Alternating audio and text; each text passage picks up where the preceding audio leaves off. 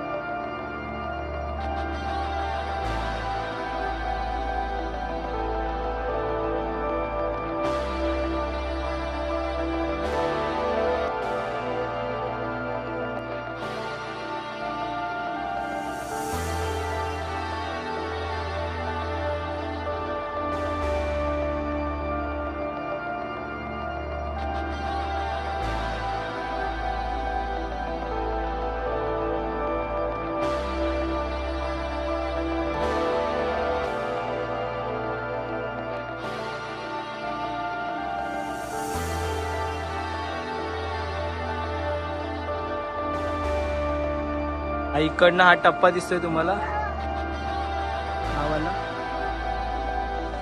हा टप्पा क्रॉस करून आता आम्ही इकडे आलोय.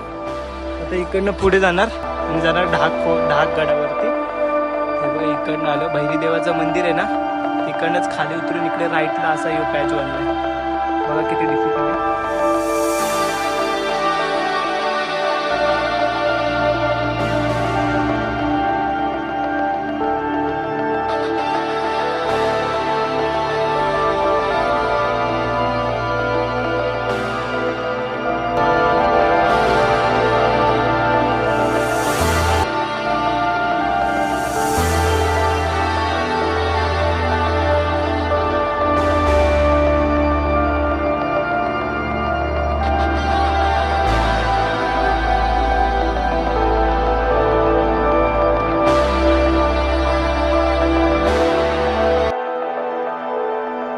आता इकडनं पुढे आलो. आता आम्ही इकडनं हा टप्पा पार करून पुढे आलोय.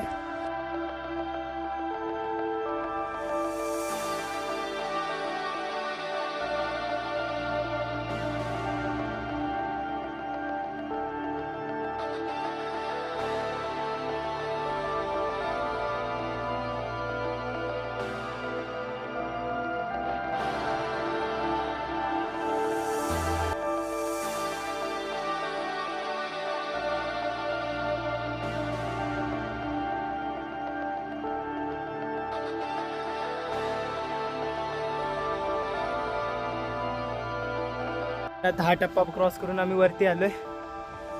खूप डेंजर आहे. तिकडे भैरी देवाचं मंदिर, ते तिकडनं असं रिजवरनं चालत चालत चालत इथे आलो.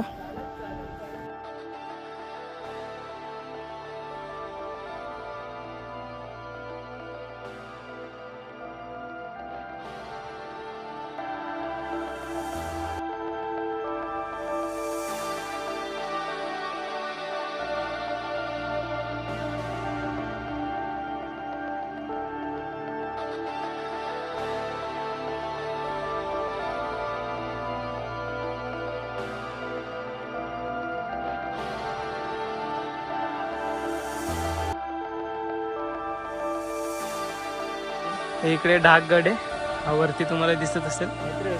इकडनं राईटने जायचंय पुढे.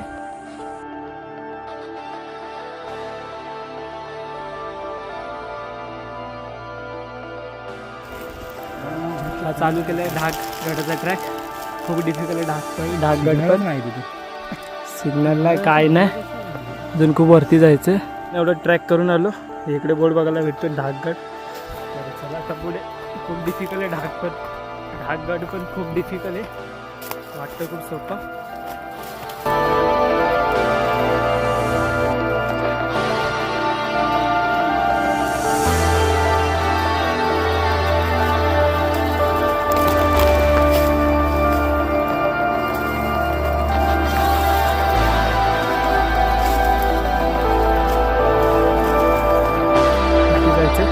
हे ढाकगडावरती आल्यावरती तुम्हाला भगवा बघायला भेटेल इथे ढाकगडावरती.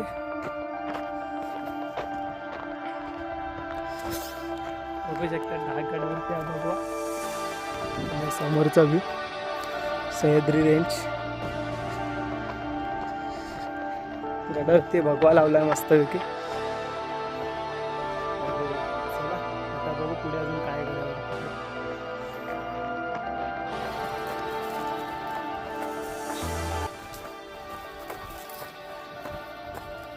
ढाकगडावरती हे लावले बघा.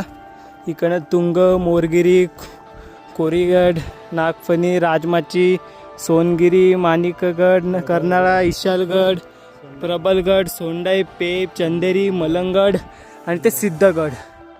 हे सगळे गड या गडावरनं बघायला मिळतात आपल्याला. खूप मोठा पसरलेला आहे हा गड. बघू शकतात तुम्ही. बघू शकतात तुम्ही किती किल्ले दिसतात त्याच्यावरती. सगळी माहिती दिली. रायगड परिवार मनोज आणि मी आम्ही दोघंच इथपर्यंत आलो, बाकीचे थांबले तिकडे.